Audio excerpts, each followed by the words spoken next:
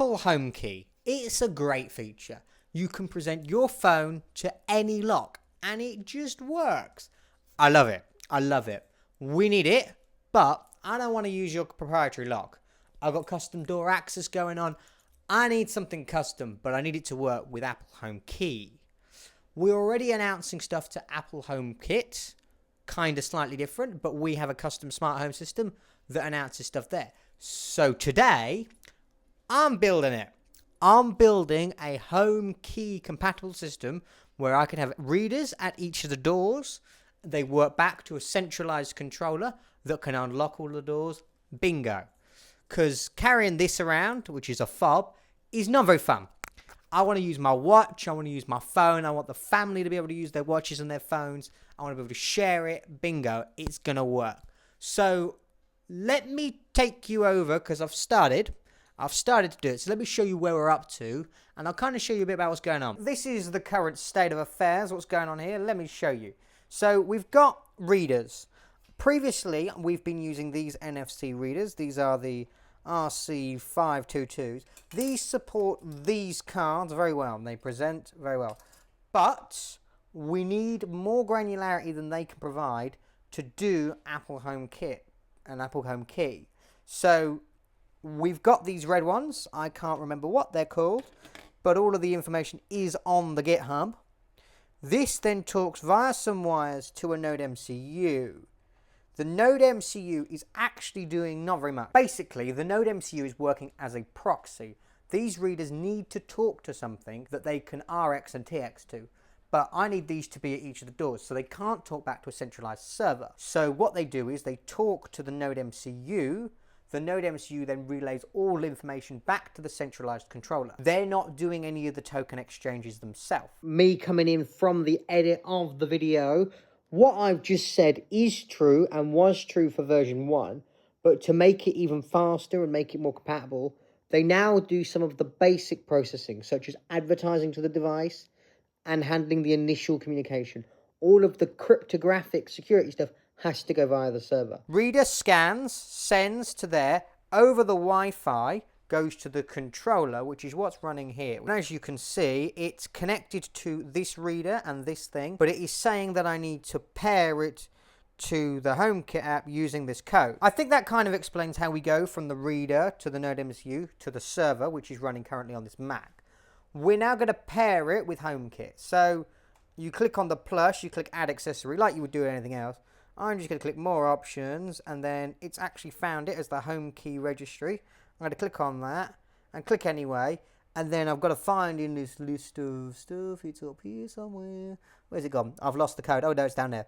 So it's 621737.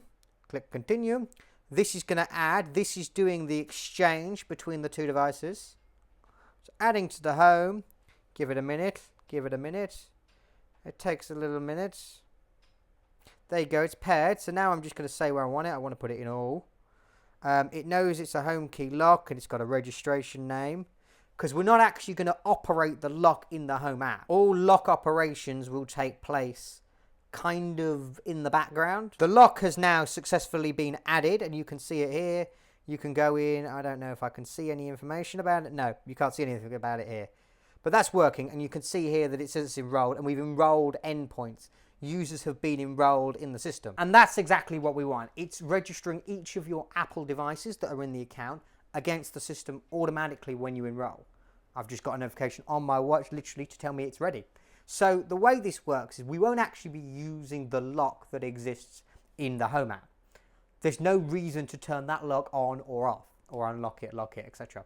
We will be sending web API commands out of this system, or that's the way I've built it, to my backend door access system that will then know, oh, you've used my iPhone on this door. Bingo, we will unlock that door. And they all act as one door, so I haven't got to put multiple locks in the system. That's the way I've built it. You might build it differently. So now let's do a bit of a demonstration of how it all works. I've got the code running on the server there, and then I've got the NodeMCU. So all you do is actually present the phone here.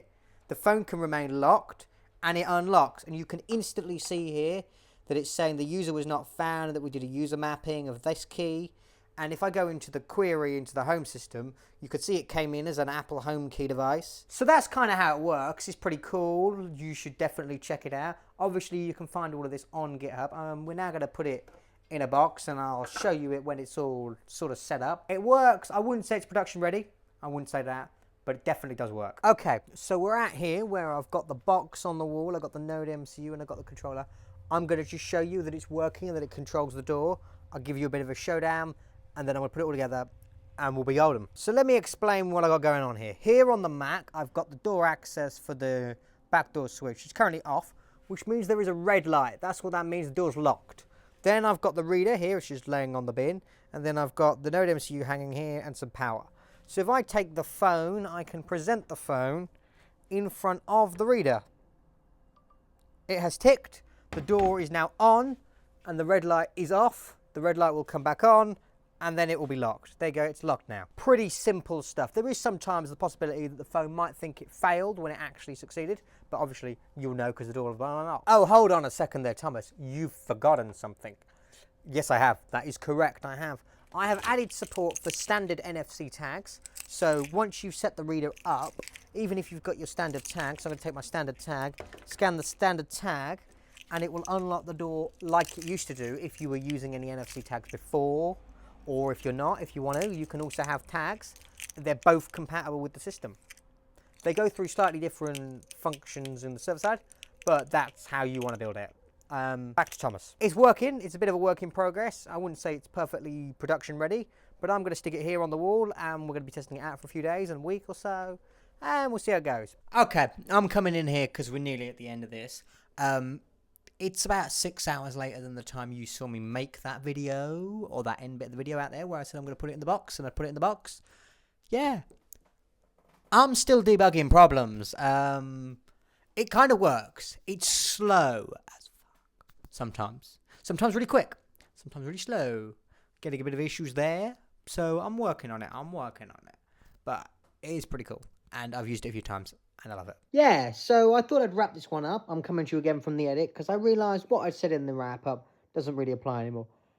It's been working well. It's got so much quicker. I've gone through some iterations. And as I said earlier, I've moved some code to the NodeMCU. We're looking much better, much faster. And it's all on GitHub. You can check it all out. It's all very good. All you need is NodeMCU, PN, whatever it is, panel for the NFC, and then some sort of code to run the server on. That doesn't need to have anything special on it. Just needs to be able to run Python. It works really well. It's a really good project. It's definitely pretty cool. So I'll see you in the next one. And if you have enjoyed, hit that like button, hit that subscribe button, because it really helps.